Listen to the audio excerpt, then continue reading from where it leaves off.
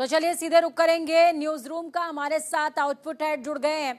Sir, जिस तरीके से केजरीवाल को लेकर के हाई कोर्ट से फैसला आया, ये यूं कहें कि सुनवाई हुई, उसके बाद इतनी जल्दी ईडी एक्टिव मोड में आ जाएगी, शायद ये केजरीवाल ने भी नहीं सोचा होगा।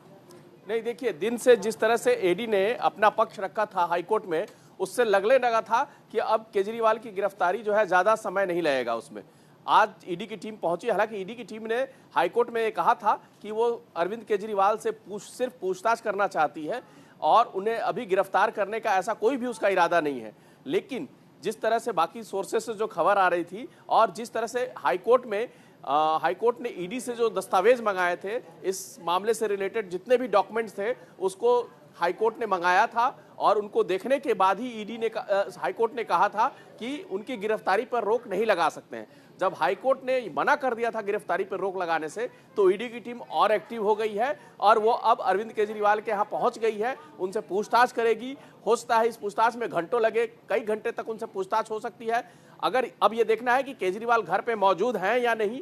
अगर घर पे मौजूद होंगे तो ईडी की टीम वहीं उनसे पूछताछ करेगी और फिर अगर उनको संतोषजनक जवाब नहीं मिलता है ईडी की टीम को, या उनको कॉपरेशन में कोई भी कमी लगती है, तो हो सकता है कि कुछ ही घंटे बाद अरविंद केजरीवाल को गिरफ्तार कर सकती है ईडी की टीम।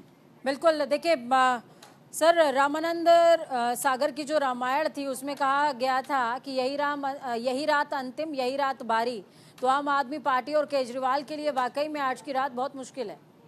बिल्कुल। आप पिछले दोनों मामलों में, तीनों मामलों में देखिएगा, चाहे मनीष सिसोदिया के समय जब ईडी की पूछताछ हुई थी, या संजय सिंह के समय जब हुई थी, या के कविता के समय में जो पूछताछ हुई है, ईडी पहले पूछताछ के दौरान वो सारे दस्तावेज, सबूत वो इकट्ठा करती है। इस बीच कई गवाहों से, कई अधिकारियों से जो शराब घोटाले से जुड़े लगे हैं, बिजनेसमैन से जो इसमें बीच में बिचौलिए थे, उनसे पूछताछ करके ईडी ने बहुत सारे सबूत इकट्ठे, 1 साल से ऊपर का ज्यादा मामला हो गया है ये। तो ईडी के पास आज हाईकोर्ट में ईडी ने कहा है कि उसके पास पुख्ता सबूत हैं, जिसमें इससे पता चलता है कि इस भ्रष्टाचार में अरविंद केजरीवाल भी शामिल हैं।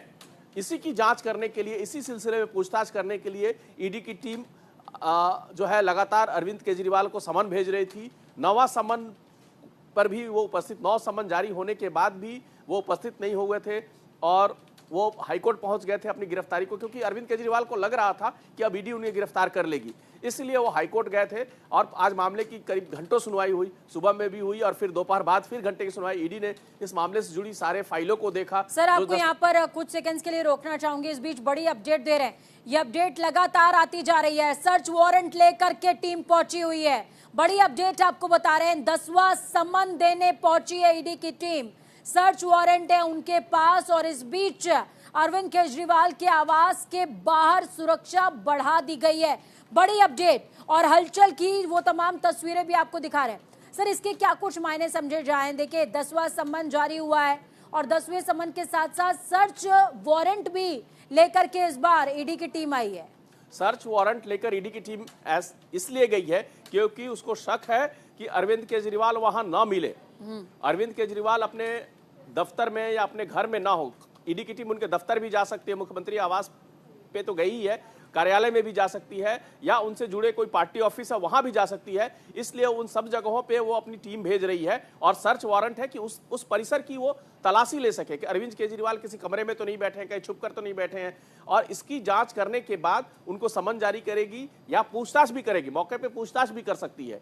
इसीलिए 10वां समन जारी किया है ताकि उसके समन के साथ साथ उनसे वो पूछताछ कर सके और उस परिसर की का सर्च ठीक है। उसकी सर, एक विषय और मैं आपसे समझना चाहूंगी और साथ में मैं चाहूंगी कि दर्शकों को भी प्लीज एक्सप्लेन कीजिए, क्योंकि जब हम अरविंद केजरीवाल की कार्यशैली को देखते हैं तो वो कार्यशैली उतनी ज्यादा अन्य राजनेताओं के कंपैरेटिवली उतनी ज्यादा संदेहास्पद नहीं लगती, क्योंकि अरविंद केजरीवाल ने खुद अपने पास कोई विभाग नहीं रखा है।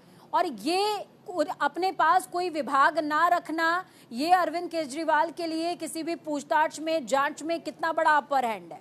देखिए, विभाग नहीं है, बिल्कुल सही बात है, इसलिए डायरेक्ट उनका नाम भी नहीं आया था। पिछली बार जब के कविता को लेकर जब ईडी ने जो प्रेस रिलीज जारी की थी, उसमें ईडी ने पहली बार मनीष सिसोदिया के साथ अरविंद केजरीवाल का भी नाम लिया था। इस बीच में ईडी ने जो पूछताछ की है बिजनेसमैन से या इस घोटाले से जुड़े जितने भी लोग थे उनसे जो पूछताछ की है, जो दस्तावेज की जांच की है, उससे ईडी को जो लोगों ने ओरल में कहा है, जो ओरल पूछताछ में जो लोगों ने नाम लिया है, जो बताया है, उससे पता चला है ईडी को कि इसमें अरविंद केजरीवाल डायरेक्टली रूप से तो शामिल है या नहीं है, तो जांच के बाद पता चलेगा जब अरविंद केजरीवाल से पूछताछ होगी।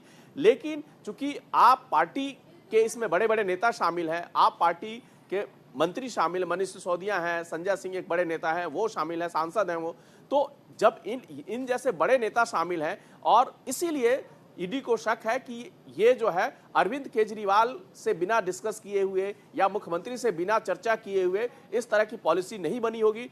और जो ये पॉलिसी बनी है उसमें कहीं ना कहीं अरविंद केजरीवाल की भी भूमिका है। भले ही वो उनके पास शराब जो हमारा कह सकते हैं आबकारी विभाग था या नहीं था, इसमें बहुत ज़्यादा मैटर नहीं है, लेकिन जो आपकी गवर्नमेंट ने 2021 में जो ये नीति बनाई थी, उस नीति के समय में भी जब ये बनी थी और जब कैबिनेट से अप्रूव हुआ था, उस समय भी मुख्यमंत्री अरविंद केजरीवाल थे। भले ही वो इस विभाग के मंत्री नहीं थे या उनके पास कोई विभाग नहीं है, इससे उनकी जिम्मेदारी खत्म नहीं हो जाती है। इसीलिए ईडी जो है लगातार उनसे पूछताछ करने की कोशिश में है और आज 10वां सम्मन इसीलिए जारी किया और सर्च वारंट इसलिए के गई है ताकि उनके परिसर की वो खोजबीन कर सके, वहां जांच कर सके, उनकी तलाशी ले सके। बिल्कुल, उनकी तलाशी ले सके, इस बात के लिए ईडी की टीम वहां पर पहुंची हुई है। और देखिए सर्च वारंट लेकर के टीम आई है, सम्मन लेकर के आई है और खास बात सर ये भी है कि एसीपी रैंक के तमाम अधिकारी वहां पर मौजूद हैं। शायद इस लिहाज से भी क्योंकि सभी जानते हैं कि अरविंद केजरीवाल खुद एडमिनिस्ट्रेटिव सर्विसेज से बिलोंग करते थे। देखिए, अरविंद केजरीवाल मुख्यमंत्री हैं और मुख्यमंत्री से पूछताछ करने का एक प्रोटोकॉल भी होता है। कोई भी जो जांच अधिकारी है, एक बड़े जैसे आप देखे होंगी कि जब झारखंड के मुख्यमंत्री के हेमंत सोरेन से जो पूर्व मुख्यमंत्री हैं, उनसे जब पूछताछ करने के लिए जब वो मुख्यमंत्री थे और उनके आवास पे जब ईडी की टीम पहुंची थी, तो उस समय भी बड़े बड़े अधिकारी उनके साथ गए थे। तो नॉर्मली क्या होता है कि जब भी मुख्यमंत्री या किसी मंत्री या किसी बड़े अधिकारी से जब पूछताछ होती है तो कम से कम एसीपी या उससे बड़े लेवल के अधिकारी जो है वो पूछताछ करने जाते हैं ताकि वो जो संवैधानिक पद पे व्यक्ति बैठा है उससे जो पूछताछ हो उसका कोई कंक्लूजन निकल सके। इसलिए जो पूछताछ करने के लिए अरविंद ईडी की टीम के साथ साथ उनके बड़े अधिकारी भी वहां गए हैं सर्च ऑपरेशन लेकर। बिल्कुल सर, क्या रिमांड की प्रक्रिया भी हो सकती है क्या इस बीच? नहीं, रिमांड की प्रक्रिया क्या होती है? रिमांड की प्रक्रिया होती है नॉर्मली अरेस्ट करने के बाद। अभी तो ईडी जो है उनसे पूछताछ करेगी, सम्मन जारी कर रही है पूछताछ के लिए। हो सकता है 10वें सम्मन में उनको कल बुलाया हो या आज ही पूछताछ के लिए उनको बोले कि अभी इमीडिएट आइए, हम पूछताछ करना चाहते हैं, हम आपके परिसर में आ चुके हैं। अभी 10वें सम्मन में क्या, अभी थोड़ी देर में पता चल जाएगा कि उस सम्मन में क्या ईडी ने रिक्वेस्ट किया है, क्या उसमें उसने रखा है पॉइंट, और उसके बाद उस परिसर की जांच सर्च करेगी वो, चूंकि सर्च वारंट लेकर गई है। परिसर की सर्च करने के बाद अगर अरविंद केजरीवाल है तो संभावना है कि वहीं ईडी आज ही उनसे पूछताछ करेगी उनके घर पे। चलिए, बहुत शुक्रिया सर हमारे साथ जुड़ने के लिए, अहम पहलुओं पर जानकारी देने के लिए। तो मुश्किल में अरविंद केजरीवाल के घर ईडी की टीम पहुंची हुई है। बड़ी अपडेट आपको बता रहे हैं, केजरीवाल की गिरफ्तारी होगी या नहीं होगी, ये अपने आप में बड़ा सवाल है। एक बार फिर से हमारे साथ में न्यूज रूम से सर जुड़े हुए हैं। सर देखिए, फाइल के ऊपर पुलिस कमिश्नरेट लिखा हुआ, गुलाबी रंग की ये फाइल है, ठीक वैसी फाइल जैसे पिछले दिनों जब सम्मन जाता था तब लेकर के वो पहुंचते थे। इस फाइल के क्या मायने हैं, इसमें क्या क्या जानकारी हो सकती है?